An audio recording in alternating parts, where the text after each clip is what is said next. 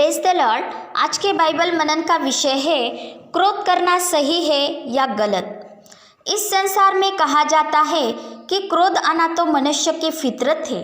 क्रोध तो परमेश्वर को भी आता है तथा कुछ मनोचिकित्सकों का कहना है कि यदि मनुष्य क्रोध प्रकट न करे तो उसे शारीरिक मानसिक बीमारियां हो जाती है, वो मानसिक रोगी हो जाता है। किंतु बाइबल हमें ऐसा नहीं सिखाती कि तुम कभी क्रोध को प्रकट ही न करो। इफिसियों 4:26 में लिखा है कि तुम क्रोध तो करो परंतु पाप मत करो। अनुशासन के लिए या सकारात्मक बदलाव के लिए, बुराई के खिलाफ, अव्यवस्था के खिलाफ या विनाश को रोकने के लिए क्रोध आना तो लाजमी होता है। परंतु जो बिना वजह क्रोध करता है वो सही गलत की पहचान नहीं कर पाता, वो गलत चुनाव ही करता है और गलत दिशा में जाकर अपराध कर बैठता है।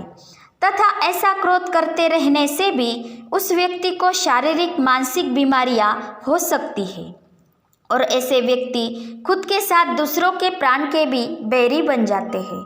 इसलिए वचन में कहा गया है कि क्रोध तो करो परंतु पाप मत करो। परमेश्वर कभी भी अज्ञानता से बिना वजह अपने क्रोध को प्रकट नहीं करता। परमेश्वर यदि अपने क्रोध को प्रकट करे तो कोई भी इंसान उसके सामने टिक न पाएगा। परंतु हम भस्म नहीं होते तो यह उसकी प्रेम दया ही है, क्योंकि वो हमारे विषय में मंद क्रोध हो जाता है।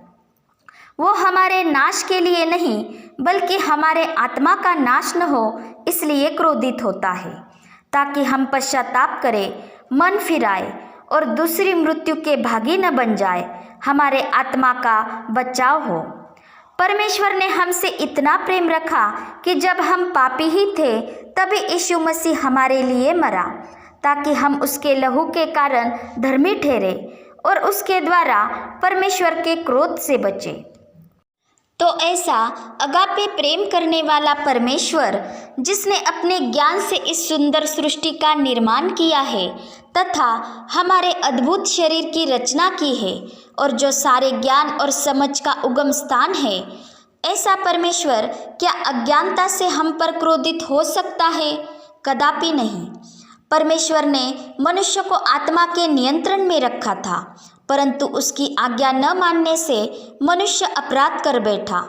उसके शरीर में पाप और मृत्यु ने प्रवेश किया और उसका देह आत्मा पर प्रभावी होने लगा।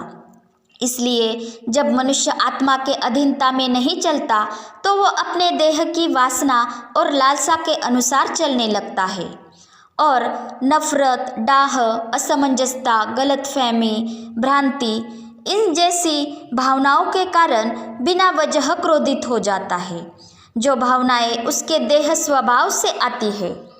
ऐसे क्रोध से उसे कोई लाभ नहीं होता, उसके हालात में न ही सुधार आता है और न ही कोई बदलाव, क्योंकि ऐसा क्रोध पवित्र आत्मा के खिलाफ होता है। मत्ती 5:22 में लिखा है कि जो कोई अपने भाई पर बेवजह क्रोध करेगा वो न्याय सभा के दंड के योग्य ठहरेगा।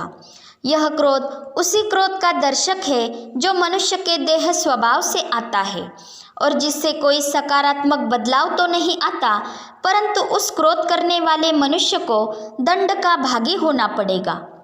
इसलिए प्रभु यीशु ने हमें ऐसे क्रोध से बचने के लिए पहले ही चेतावनी दी है। जैसे कि हम जानते हैं कि ऐसी ही चेतावनी परमेश्वर ने आदम के पुत्र कैन को दी थी, जो अपने भाई हाबेल से बिना वजह डाह करता था, क्योंकि उसके विचार दुष्ट थे। उसके मन में परमेश्वर के प्रति न भय था और न प्रेम, इसलिए उसके काम बुरे थे।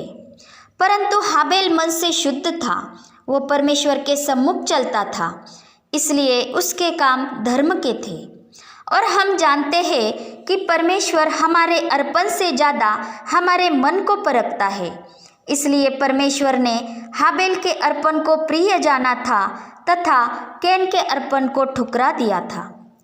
परंतु इस पर सही विचार न करते हुए, अपने मन के विचारों को न परखते हुए, कैन हाबेल पर ही अपने मन में क्रोधित हुआ। उसके मुख पर उदासी छा गई और वो हाबेल से ही डाह करने लगा, जबकि हाबेल का उसमें कोई सहभाग नहीं था।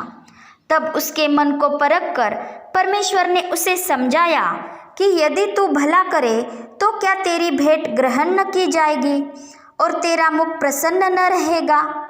और इसके साथ ही परमेश्वर ने उसे चेतावनी भी दी कि यदि तू भला न करे तो पाप द्वार पर ही छुपा है और उसका झुकाव तेरी ओर ही है, इसलिए तू अपने क्रोध को नियंत्रण में रख।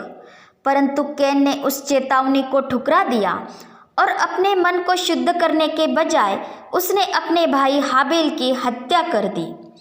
परंतु उसके पश्चात भी उसे अपने अपराध का एहसास न हुआ। परमेश्वर के सामने भी उसने अपने पाप को कबूल नहीं किया और न ही उसे पश्चाताप हुआ, वरन उसने अपने मन को और कठोर कर लिया, जिस कारण परमेश्वर का दंड उस पर आ गया। भूमि का शाप उस पर आया और उपजाऊ भूमि उसके लिए बंजर हो गई। वो पृथ्वी पर बहेतु और भटकने वाला हुआ तथा वो परमेश्वर की दृष्टि की आड़ हो गया।